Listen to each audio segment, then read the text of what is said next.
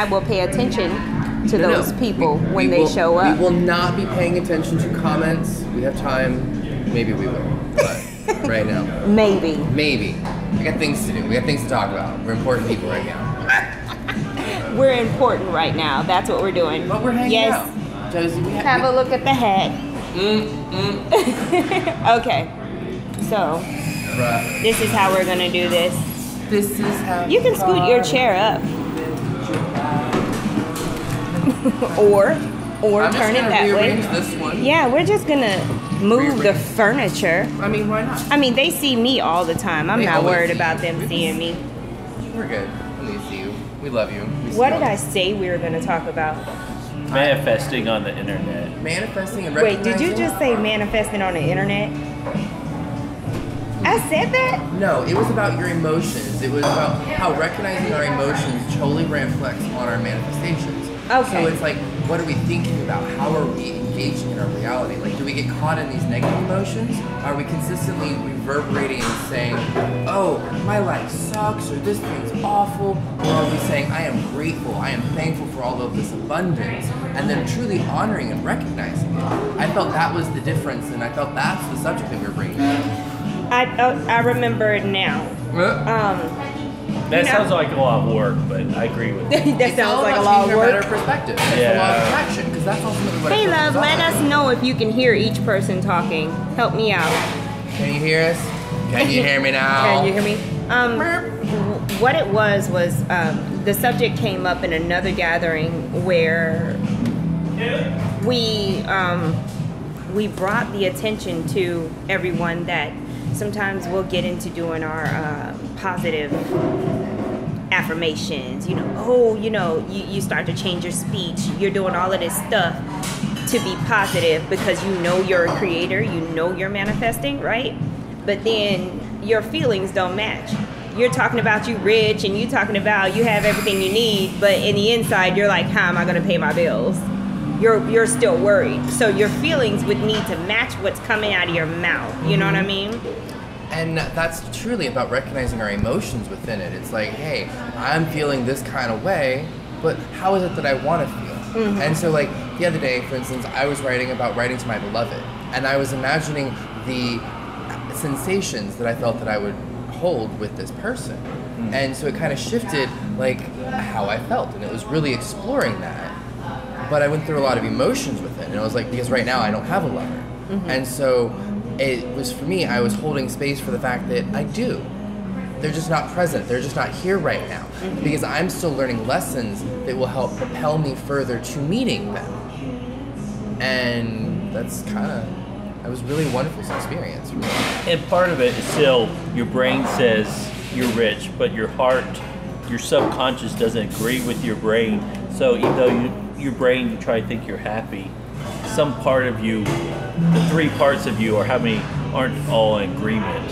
Yeah, what we don't want to do is sabotage our manifestation. Sometimes it takes extra work. Mm-hmm. It takes that extra work. Yes, when you start off at first, you're not gonna feel what you're saying, okay? But eventually, if you're doing positive affirmations, you're going to need to do physical things to bring joy into that process. So say for instance, you are trying to manifest money because that's what everybody talks about. Oh, I want money, so I'm gonna walk around talking about how abundant I am. I'm so abundant, blah, blah, blah. And then you're worried about your bills or, how you're gonna do this or how you're gonna do that at the same time. What you would do to bridge that and make it equal is to start physically being productive toward your goal. And to also recognize the things that we do have, the things that are already gratitude. It's nothing without gratitude. Right, and it's definitely about the appreciation. It's holding the space for, hey, I just got this thing. Awesome, I'm so thankful, I'm so grateful, I'm glad that I did this thing that propelled me into doing this thing, that led me to this thing. And it's like, it's step by step. We're not going to be able to go from being woe is me, poor people, to being like, I'm super abundant, I have $1 million, I have all these things. But it's that step for step. It's like, hey, I have a phone, I have a job, I have beautiful friends and connections that help me do all kinds of things in life. And when we're truly recognizing that we're able to do this, and where that, hey, because we're truly putting in work, it is work to consistently shift our mind frame, to shift our thoughts, and to really go after the things we want. It's different than still worrying about the bills, because the bills will be taken care of. Universe is provided for us. We know that it is taken care of, and thus we just keep going and we keep pushing and propelling ourselves towards the things that we feel are really important. And when I say that, I'm still talking about that heart space feel, right? I'm talking about listening to ourselves, that this is what I need to do, not just, I want to do that, it's cool, right? Yeah, you got to be truthful with your desires. You can't still be operating from a societal standpoint, thinking what you are supposed to be doing. But why do you want to be a millionaire? Will people like you more? Why do you want it? Will you be happier? What are you wanting it for? Exactly. And it may benefit you, but how is it benefiting the whole? Because you got to think about consciousness, even though you are the individual. And partly also, I don't understand it. We're multidimensional. So when we think about money, we're thinking about one dimension. We're thinking about this one. We're not thinking about the emotional, the spiritual, and all the other dimensions that we can't see right now. It's still about that recognition again, that when we accept that on this dimension right now, we have the abundance that we are craving and desiring, even if it's for a fleeting moment, we can still harness that fleeting moment and be so grateful for this one space that law of attraction states that what we feel and desire will come back to us again. So it's about, so a lot of people, whenever they get something, they're not really thinking about how awesome it is. They're just letting it go immediately. And I'm just like, well, why are you doing that? Like, you're not holding on to this beautiful thing that just walked in your life. Oh, it just came, it's fine. I don't care. What? You should. This is everything you're literally asking for. Yeah, literally. You have something just rolled up into your life that was not expected. Love it. And it's okay that there are currently no people watching. Eventually people will watch it. No, I'm looking to make sure nobody's commenting. I have to keep an eye on the comments if somebody does pop in and start talking. That's why I keep looking that way. Oh, okay. So if you would like the original Can we see your bracelets like up close and personal? Because I'd be like, yes. So I've got some unakite. I really wish I could remember what this one was. It was just explained to me again. Like, anyway, somebody you'll know. Red jasper and rondicite, I believe is the other one. I don't know crystals to that extent. Balance, I mean, there are a lot of balancing. This one, unakite's a lot about the masculine and feminine energies and consistently working with it. It's also about letting go of our past childhood traumas and the things that no longer serve us. I can't remember what this one is, so I'm not going to try and talk about it. And then red jasper is a nice grounder, but it's what are you wanting? What are you desiring? Are you truly wanting it? Are you truly accepting that it is already present in your reality space?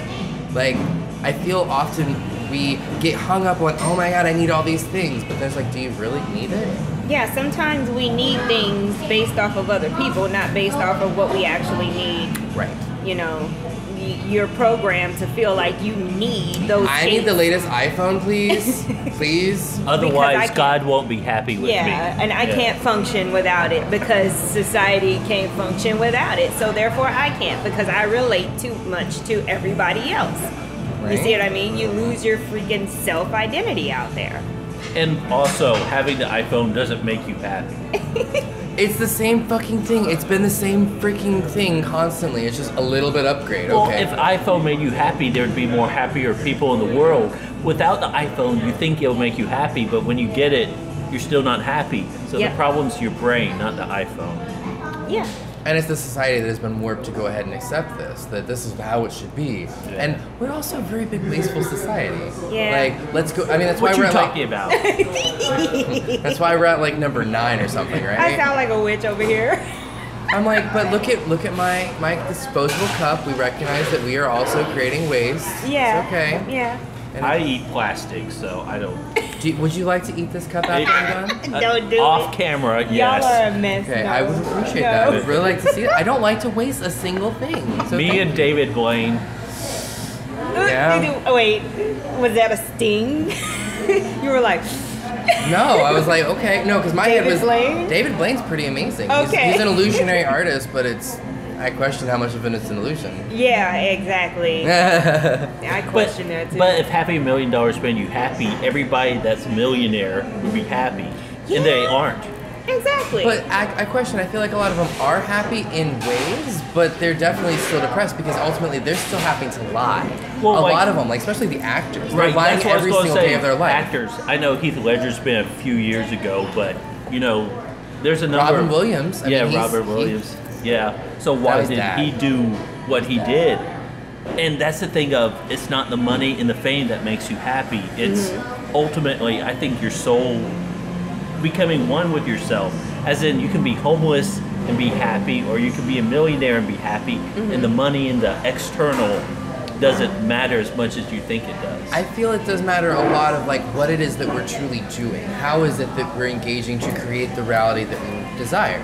Like, if you're truly happy and passionate about what you're doing, you're gonna be happy, and everything else will then consistently roll in with it. Like, if you're truly passionate about this, you will talk to every single person about you're making your awesome ass hats. You would be so stoked about that, and like and everybody would want it because it's your hat. yeah, I mean, and that's what you love, and you do it no matter what.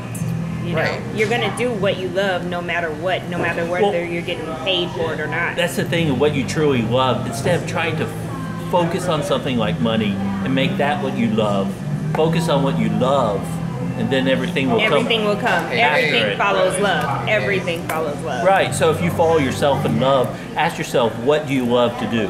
Who do you love? And go after it. You don't have to force love. who should always be you? You should always love yourself first and foremost. You have to take care of you and what you are truly desiring in this space, because there is nobody else who will ever take care of you as well as you will take care of you. And this is something that drives me insane about people jumping into relationships, because they are just going straight for the D, and I'm like, girl, y'all need to stop. Like, period. Like, no. I mean, okay, so I was on Grindr earlier today. Y'all don't know, this is a gay dating app. I don't even know. And- Okay, good. and dating is funny. Let's just throw that hookup culture. It's really like they get straight to, they don't even want to have a conversation. I'm like, I'm sorry, if you can't even resonate with me on a speaking level, why the fuck do you think I'm gonna let you into my sacred temple? No. But people do that every night. They go to a bar, they get drunk, shit-faced, and then they go back, and then they're like, why doesn't he love me? Bitch, he don't know you. Why would he love He you? don't- Which bar are he you said, talking bitch, about? He don't know you. It doesn't matter. Okay. But Do you want to know where the gay bars are? I'll No, totally no, tell no. you. any bars. Any bars. Yeah. I can tell you any bars to go to. Like gay, There's- straight, there's a weird, lot of them industrial, in metal. Riverside. Like, oh yeah. And right in 5 Points, there's like 3 or 4 of them that are good bars. I don't know. Oh, good bars versus bad bars. There are some. I have to believe me, put I've been bars to a in air bad quotes bar. period because alcohol, like that's not a good. Right. So drink 2 cups of alcohol, feel better about yourself, than do what you love. Exactly, right? But- Because they have to be inebriated. They're not brave enough because they don't love themselves. They're You're not not- brave enough to just go for it. Josie just goes for it. I like to kidnap people. I'd be like, you, come here. We're doing this. It's happening. It's- Josie's kidnapping service coming Yeah. up next. Hello, loves. Oh, you know what? She's probably like, hey, where y'all at? Let me see. Let me see if I can Well- check this while I'm still. I didn't Well. see any videos. Okay, she's talking about videos. Anyway, yeah, I still have to go with the flow anyway with this YouTube thing. No, can't see me at all. No. Can't do that. That's Where's Christopher at? I don't know. I I don't know. absolutely love Tim's hair. I mean, Oh, thank you. I washed it, so that's my secret. see, and I just went ahead and shaved mine. See, it's just so much better. So Yeah, it looks like it feels Oh, good. do you want to feel it? Do you want to feel my hair? Oh my gosh. Love it. Put the But spray yes, back on. we sit here and we rant about people But we only say these things because we've been through it and we're currently Well, going we've through always it. do it. Yes. Been there, we're done going that. through it. I mean, you know, if I had a pretty girlfriend in a big house, I would be happy. I think. Unless I get it, then I want something else. Yes, exactly. Even when we have it, we're not taking the time to truly appreciate what we have. It's like, because then we're like, ooh, look at that other pretty person walking down the road. I'd like to get off on that. And we're like, ooh, this house is now small. Or, ooh, look at the Joneses. It's like, truly appreciate what you have. That's the thing of living in the future instead of living in the present. In the present. Versus living in the future, because you can be drawn toward the future or the past, saying things were good, better in the past, but living in the present takes the most amount of bravery. And the focus, it's like, how woke are you, right? It's like, because that alone is just like, really? Yeah, focus on there's the a level present. of woke. level of woke. I mean, well, it depends. I mean, When I say that there's levels. levels to this stuff, it means that it's never ending. You know, I don't mean that there's levels and you actually get to a point, because with spirituality, you gotta let go of the end result. I feel it's a lot like the Ouroboros, how the snake just bites its tail at the end and it just all cycles. So even once we get to a certain level, it just comes right back full circle. Quantum physics. Because I was going to say, what? Snake bites its tail. I've heard that before. I went circle. to Midgard. I went to Norse mythology. Yes. That's my start. The magician. I got it. The magician from the tarot. I was like, I understand. Yeah. Now. The magician's the one who understands all of his tools. Right, but his belt is the Ouroboros. Oh, yes. In some of the yes, decks. it is. Yes, yes. Especially in the Rider White But deck. yes, everything's a cycle. So once you conquer something else, the universe is going to say, you got that? Take this next class. Valkunt, which is the lesson in Norse mythology that once you go back, once you learn a lesson, you will come back to it time and time and time again, and you will consistently relearn it over and over again. Mine's invisible. Yours is invisible. I see it. But you can hold up the camera. That's pretty cool. Hey, love, can you comment for me That's so that I can see that you're actually there? Because hello. I don't. You're so silly. I don't know if YouTube is gonna let me keep this video because of the music in the background. But so far, we've been having fun. I should point out it is almost 7 as well. If you It did is? want to go to I was the like, Reverend. what time is it? Where? Look, this is why What I do have you my mean phone. by almost 7? It's 6:53. Oh, yeah, we gotta go, y'all. I'm sorry you missed us, but you'll see more random stuff. I mean, it's only 17 minutes. I'm sure you could go back and maybe watch some things in there that are kind of fun. Well, yeah, if YouTube keeps it up, because of the music in the background. Oh, Yeah, true. I won't is be this able on to the keep YouTube? it. I thought this was on Facebook. No, I have to start. You know what, let me end this video. Thank you for the people who did join. Love you. Talk to you later.